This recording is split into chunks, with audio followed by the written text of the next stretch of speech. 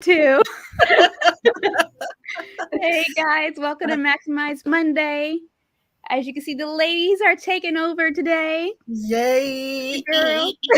I'm here with Pastor P and Reverend Tiffany, who are no strangers to the Bethany family. But if you are watching for the first time, if you ladies could just introduce yourself so everyone knows who you are. Okay, I'm Pastor Prescott from Bethany Baptist Church here. We are the Transformation Church in Lindenwood, New Jersey. I'm Reverend Tiff. Nice to meet everybody. Yes, Those that I I'm don't going to know. go ahead and share also. absolutely. Don't forget to click your share buttons, let a friend know to tune in.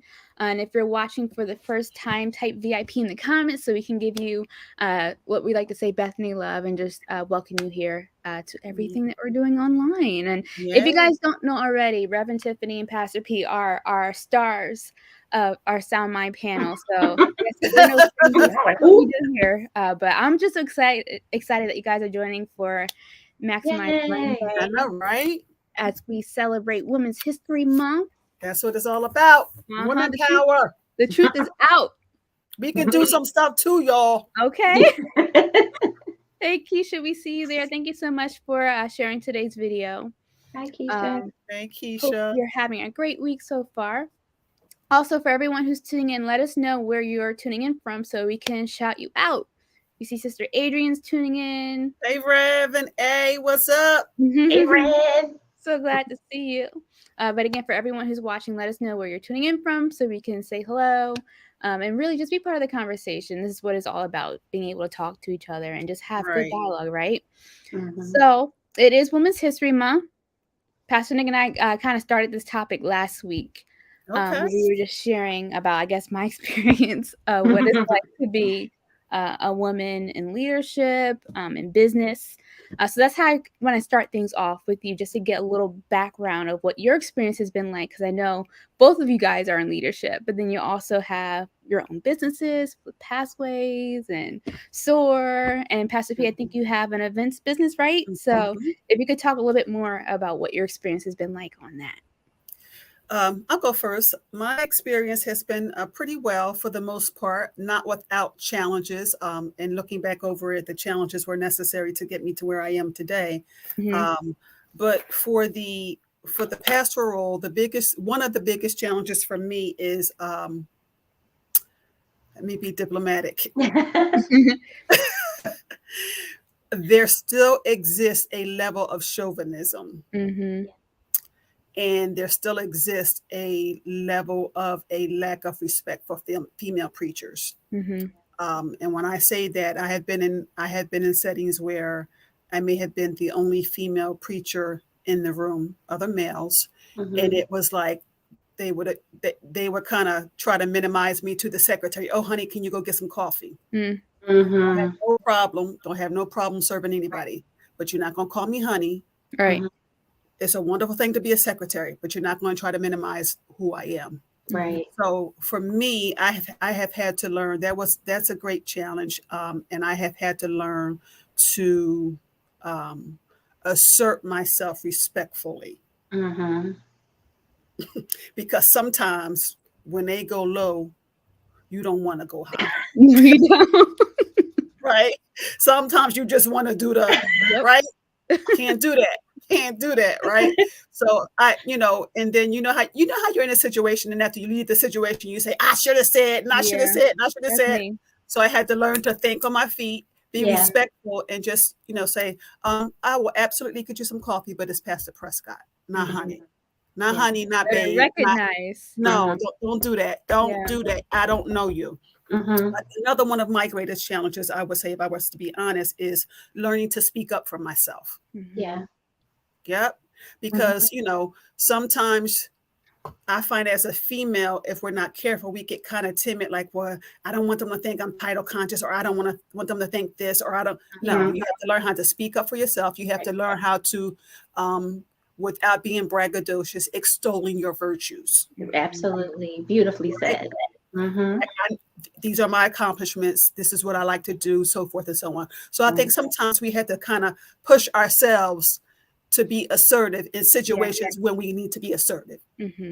That does not mean telling people off. That does not mean being aggressive, but it's just letting people know I'm in the room. Right. Right. I concur. I feel like I don't even know what to say. You don't identify with that. I actually feel like, Pastor P has done this a lot longer than me. So she's kind of like where I'm hoping to get to, right? I think that when you're earlier on, you still struggle a little bit with that. Like, I don't know what to say. Or like, are they going to say, or are they going to, then am I going to lose opportunities for trying to stand up for myself and advocate for myself? Or it's like a lot of balancing, especially as a woman, when you're in the room with like corporate America and people that are men and have been in positions of power for a lot longer. And you come in and they look at you like you don't really belong there, like you're third wheeling it into the room. And speaking up for yourself and also learning to be a leader and being confident in that sometimes is a challenge, especially when, for me, one of my biggest challenges has been leading people older than me, and especially older women and older moms and have been married longer than me, or whatever the case may be, and me trying to give them instruction and them getting offended. Right. Kind of giving the eye like, I got grandkids. Right. And that has, it's not really, sometimes I think the women are harder on us and give us a harder way to go than the men, and kind of, want you to kind of stay in your place, even though you're in leadership. And that has been, for me, one of the biggest challenges is other women kind of looking at you like, I don't care who you are. I'm going to do it my way. And you having to let them know, okay, this is my business. Right. Going to be done this way. And learning to kind of stand in your role and not be afraid to be and do what God has called you to do. It can be hard. You're right. It comes from both ways. It really does. Because we're going to keep it 100, right? You don't always have the support from the sisterhood like you think you should. Or like you thought you would. And then you have the men that are, chauvinistic or think you don't look like a preacher. Well, what am I supposed to look like? So they kind of draw conclusions and have an idea in their mind of what you should be without even knowing you. And then I think the flip side to that is, as ladies, we have to be careful that when we're in corporate type of settings, we want to make sure that we're looking the part. Absolutely. Right. Yeah. Sometimes we're offended that they make remarks that we don't like. And it's not, I'm not saying it's right. Right. But we have to understand the assignment and look the part for where we're going. Absolutely. So if you wear all this and eyelashes and there's a place for that. Right. When you get to a corporate setting, there's a place for that. Right. Yeah. Right. So absolutely. For those watching, I want to make sure that you guys know we want you to be part of this conversation. So also share your experiences of what it's been like, whether you're in leadership, if you own your own business, share in the comments as well. But I really wanted to hit. I'm sorry. Can I say one thing? And Reverend Tiffany, going back to you when you said sometimes people don't give you the respect you deserve because you're younger. That's a lack of respect, right? And I think you hear people say respect is earned, and that's true. Yeah. But sometimes you also have to make it clear that you will not be disrespected as gracefully as you know how, of course. But sometimes you just have to let people know if your experience is not showing them that you deserve the respect. Sometimes you have to have a conversation. Look, when you call me sweetie, I find that offensive. Yeah. So don't call me sweetie. Yeah. But that can be hard because speaking for myself, I don't like, conflict and having to have those confrontations. But like you said, it comes to a point where you have to have that conversation and have it in the right way without the attitude, without the emotions. Exactly. Exactly. Saying, this isn't appropriate, So maybe we can talk on that a little bit too. Like, how do you separate, the emotions from things when it comes to having those hard conversations with people? I honestly too feel like that is like, there's so many layers to that, right? It's like, for example, I know, especially in our culture, right? there is a lot of women who think that to be assertive means you have to be aggressive. Absolutely. They equate being confronting someone with being confrontational. And I actually think that we're splitting hairs there, but there's a difference, right? Yes, you can speak to someone that is under you or someone that you are mentoring in a way that you're not using your voice and your tone to try to make them see that you're a person of authority. You just are. Like, if you want that, you want, and I do find that especially a lot of African American females in leadership, that they have a disposition that is not kind, but that's their method of trying to make sure that people know that they're in power. And I don't think that that's necessary. You know, you can, I actually think it was Bill Clinton that made this comment that you can lead with assertiveness from your tender heart. And I was like, that is a beautiful way to put like how I think a good leader should be. Like, you can still lead people, but be loving and kind at the same time without, you know, and be assertive without cutting people at the knees just so that they know that you're in leadership, like being extremely volatile with words and emails with caps and all kinds of stuff that we do to get our point across that's not necessary. Yeah, I agree, because I think this was me early on. I'm going to keep it real.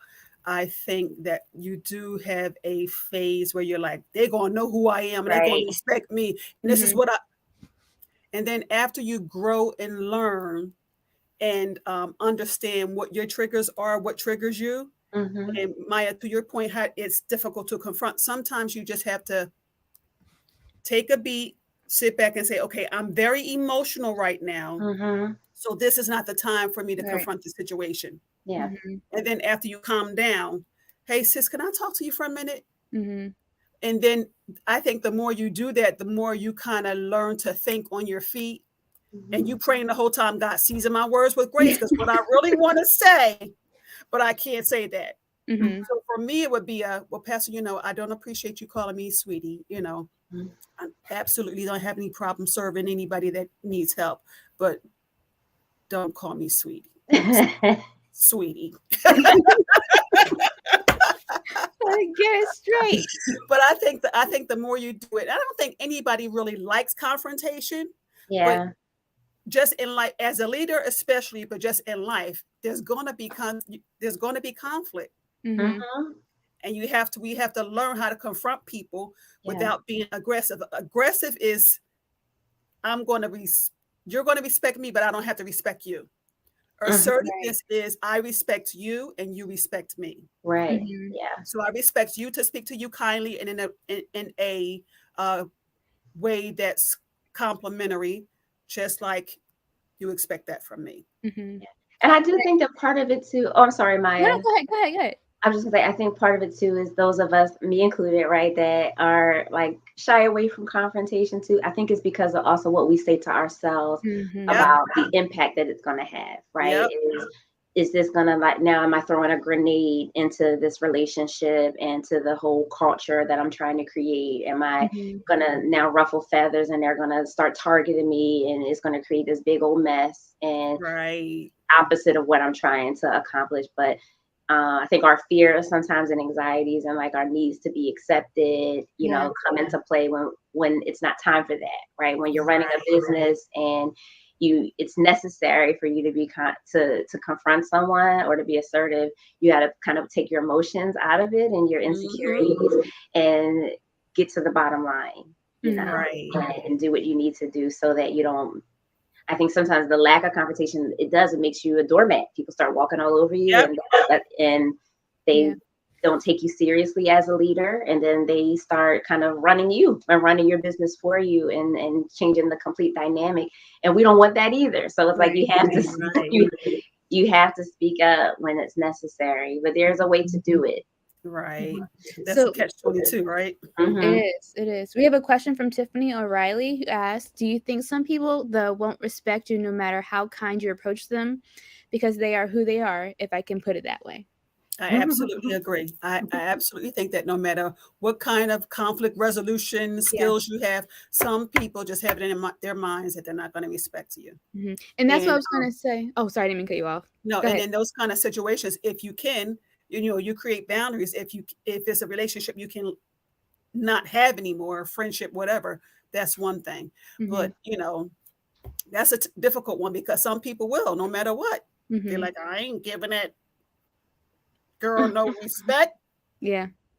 And that's what I was going to say, going back to, being able to have those tough conversations. I feel like we can prepare ourselves to have those conversations, but then we're not necessarily prepared for what might come next from that conversation. Right. So making sure you're still maintaining that level head and not letting the emotions get to it, because you can't control how people are going to respond. Right. Right. Yeah. Well, I think in leadership it's different, right? I think sometimes you have to be very strategic, and if you're saying things in a way to someone and they still don't respect you, then you have some decisions to make. I think continuing to work with someone after you have been kind, you set your guidelines, you've been clear, you clarified again, you checked in, they came back and still disrespected you, you clarified, you checked in, and you were being respectful and doing your part, and the person is still not being kind of, coming along, then you have to make some tough choices at that point and document and we've had these conversations, because I think if you continue to let people cross boundaries, then that means you're not setting them. Right. And I don't know. I think we have to be clear about boundary setting, and in order to get the respect that we really want from people, Right. Because you don't want to leave the situation feeling like, you have a right to feel respected, and you don't want to leave the situation feeling like, dang, I let them walk over me again, or I let them get, I let them do it again. So you kind of, it's a process. Yes. But you just have to kind of build up yourself, know what your triggers are, and just sometimes you just got to take the plunge. Today's going to be the day. I also think too that, especially as women too, is that we dictate what we do with people and how we treat them based on whether we like them or not. And and in business, you can't think like that. Like, we can have different personalities. We may not agree on certain things, but are you getting the work done? Are you productive? Are you, we don't have to necessarily be friends. We should be friendly, but we don't have to be friends or like one another for us to make sure that everything else is where it should be. I think sometimes we feel disrespected because we don't like each other. We don't necessarily get along. That's fine. Right. Is the billing done on Friday like it's supposed to be? Okay, I'll see you next week. Right? Have a great weekend, and we can keep moving. But sometimes I think as women too, we let our personalities get in the way of our work, and we start to have personality conflicts, and we let that dictate how we're treating one another and how we're performing. And no, we can't do that, especially in business and in leadership. Exactly. And that's another part of setting boundaries and being in leadership. You have to understand that everybody's not going to like you. Yeah. And it's just a reality. You could do nothing to offend them. Some people just not going to like you. And it's okay. Like Reverend Tiffany said earlier, as long as we get the job done and we're respectful to each other, I'm cool with that. Right.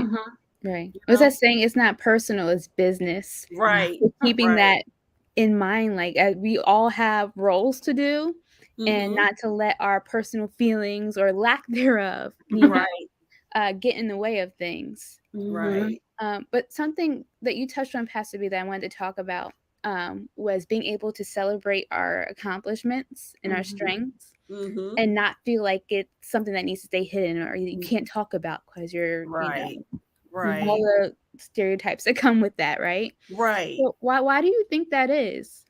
Because I think when we I don't want to say when we lack confidence, when we're in a new arena and we may lack confidence and we know we can do stuff, but we're like, but if I speak up, I'm going to seem like I'm bragging. I know I could do that. And I have those accomplishments and I bring that to the table, but I don't want them to think. I think sometimes we're so much in our head. Yeah, sure. And men are like, yeah, I can do this and I can do that. And we're just like, by the time they get to us, it's like the meeting is over. So I think it's okay. There's a way that we can, without sounding like we're bragging, that we can let people know, okay, this is what I do. This is what I can do. And this is what I would like to do. Yep. And I mean, for me, there's no real formula. You just you have to kind of build up the confidence to know that just like John Smith's talking about what he can do, I get to talk about what I can do. Mm-hmm. Because John ain't got no problem. He take up most of the meeting talking about what he can do. Right?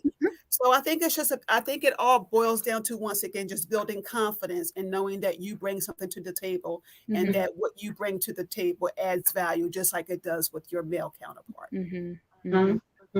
Do you think, right, Pastor P, that works too, like in settings where there's like many women and without that blowing up? Because like you said earlier, like we have a tendency not to celebrate one another enough. And that if you have one person in the conversation talking about their accomplishments, that there's a little bit of a side eye from the room, you know, in certain settings with, oh, here she go, you know, and you know how, how do we continue to, like, you know, celebrate our own accomplishments without worrying so much about other people's perceptions and comments? Or I think you just have to acknowledge that just comes with the territory. Agreed. You know, because, you know, everybody wants people to like them. We all do, right? But the reality is it's not going to happen. No. And I think you just have to accept that all those things, people begrudging your accomplishments, people who don't appreciate your success or where you are, it's sad, but that all comes with the territory. It does. Yeah. It's really sad. And then what it does is it for me, it caused me to work more on myself, because I said to myself, okay, I can't control what they think, what they say, how they feel. I can't control what I think, what I say, and how I feel. So I started focusing more on me, what I can control. You know, my own self-awareness and emotional maturity, and, you know, not, somebody said in the chat, not overthinking things, and not, you know, kind of adding to the conversation stuff that's not even there. So that's stuff that I've had to work on, and I still have to work on. Yeah. So I think it's a lifelong process, but I think you just have to start somewhere. But you have to understand that everybody's not going to feel you. Absolutely. And that's probably been what one of my major challenges has been. It's just like that idea. Like I come from that idea of like community over competition. There is room for all of us to be successful women, you know, whatever industry that we're in. And I learned very quickly that that's not the case for everyone. So like I don't get it. Like, why? Just why? Why can't we just be a support system to each other? I see you winning at your goals. I see your success. Why can't you celebrate me on mine too? So maybe you guys can shed some light on that, because I still just don't get it. Reverend, can you put on your doctor hat? I second it.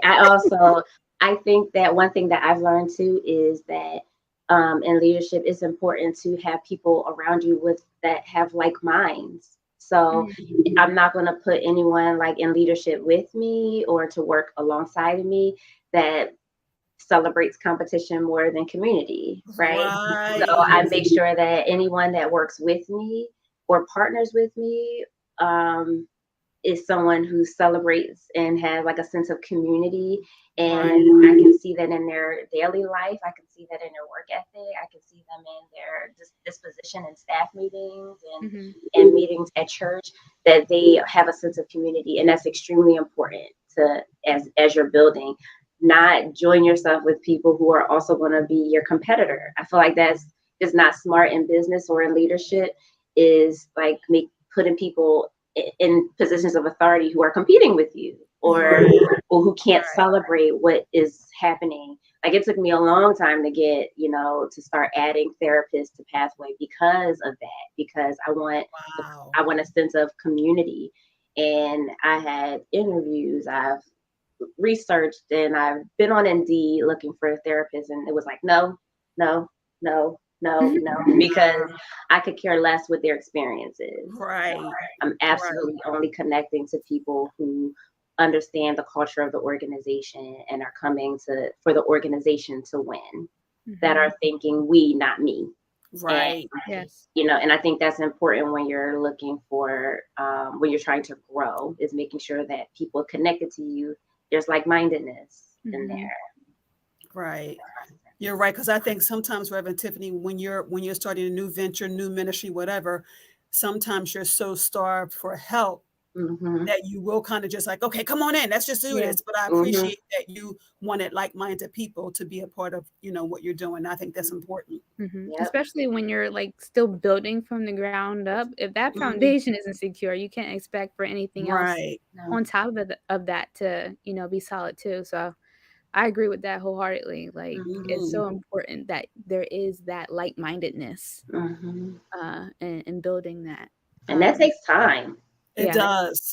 Especially when you are like starving for help and support, which I think is something else that we were going to talk about too, is like when you're looking for support, you will just like take people that are like, oh, I'll help you. You're like, really? Can you come on Saturday? Right. And they're like, sure, I'll come on Saturday. And then you realize that they're messy. And you're like, oh God, I got this person to help. They are ruffled feathers and they over there cussing somebody out. And I got to go put out fires. And you're like, oh God, and next time I got to make sure that I vet these people before I add them to my team. But like sometimes you got to calm yourself down and let God take you through the process before you start like pulling in people that don't have your heart, that don't have your vision, that don't share in the same mission. And you just save yourself a lot of damage that way. Even though it takes longer, it's worth it. It's worth it. It's worth it to wait.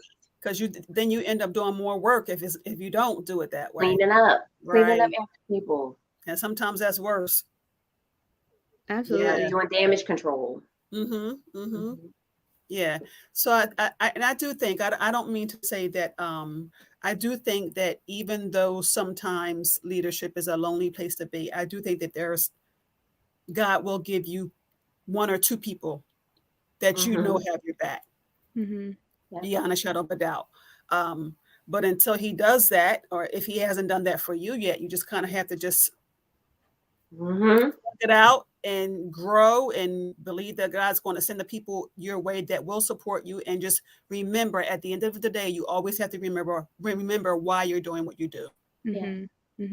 That's important. And like you said, I think it's important that we use that discernment to kind of navigate, okay, who should I bring on my team? Who should I not? And I'm guilty of this. Pastor Nick knows this. He gets on his nerves. But like, I am one of those people, right? If I had to do, I will just figure it out. I'll do it on my own, like that sort of thing. And I think that can be very isolating. So just being able to have an open mind and being receptive that when God is sending you that person who is there to be of support and help, that you're not automatically just, I got it. Right. I got it. Right. Right. Yep. You need to learn how to delegate, right? Because there's somebody out there to help you that has your heart. That's what sent me the eye rolls. I'm guilty. I own it. I own it. So we're getting ready to wrap up. But I did want to touch on before we leave, and we might have to bring this back again for part 2. Okay. That idea again of being equal, which I feel is a big conversation. Growing up, I remember my dad, and I hope he doesn't watch this because he will never. But he always told me he doesn't want me to be a Barbie doll. He wants me to be able to stand on my own 2 feet and be able to stand up for myself and have those hard conversations, just not in life, but in business too. So in terms of like being equal and leveling the playing field, what advice do you have on top of what we've already shared today for women to, be equal?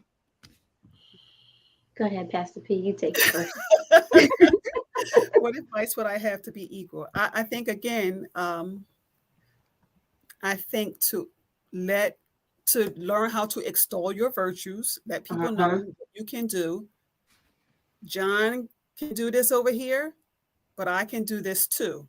Not competing, but just letting people know what the value that you bring to the table and the value that you're willing to add to the organization or the ministry. I think it takes finding your voice, speaking up, so sometimes we'll say, ladies, let's be real. Sometimes we'll say we want all of these things, but then when it comes down to it, we don't speak up. Absolutely. Speak up. Let people know what you like, what you don't like. If they say, well, what do you think? Well, I think it's good. No. I think every meeting we go to, we should always have something to contribute to the meeting. Right? So it's not just, oh, yeah, I think it was fine. What do you share your opinion about what's going on? So I think sometimes we're just, right. I think sometimes we're just too timid. And let's be real. Sometimes we got the best idea in the room. Can I be real, y'all? And be like this. Yep. We're just like, well, no, if I say that, then what if that? And then negative self-talk. Well, that sounds stupid. And they're going to think this. We think people are judging us. And half the time, they're not even thinking about us like that. So I think if we study how men handle themselves in a meeting, we can mimic that. Okay. They're not timid. They speak up. They ask questions. They ask for clarity. We can do the same thing. I agree 100%. The only other thing that I was going to add, because you said everything I was thinking anyway, but I was just going to say the only thing that I was going to add is to just make sure you know your own virtue, you know your own uniqueness, right? You know your niche, and then you don't give up, because sometimes we want the playing field to be equal, but we stop before we even get started. We have an idea, and then we psych ourselves out, with our insecurities get in the way. And there's no way for you to get there if you don't keep fighting. I think it's always the ground is always a little unlevel, because we're females and we're always seem like we're fighting to go uphill, while men seem to have a level playing field. We feel like we're kind of running up a treadmill, just to catch up. But that doesn't mean you shouldn't run, right? So don't give up, and just keep going and keep pushing yourself. I think we're quitters, but if you want to get there, you got to keep pushing. You got to know what you bring to the table. Yeah. I agree with all what you ladies said. And I would say just like own who you are. Bishop says this, we're all created. We have gifts for a purpose to solve something. So own that. And like everyone else said, like, don't be afraid to speak up and have that conversation to find value in yourself. All right. Well, we're going to have to come back for part 2. Yes. Let's do it. This has been fun. Thank you, everyone, for tuning in for us and being part of the conversation. And we cannot wait to see you again soon. Yes. Hopefully soon, right?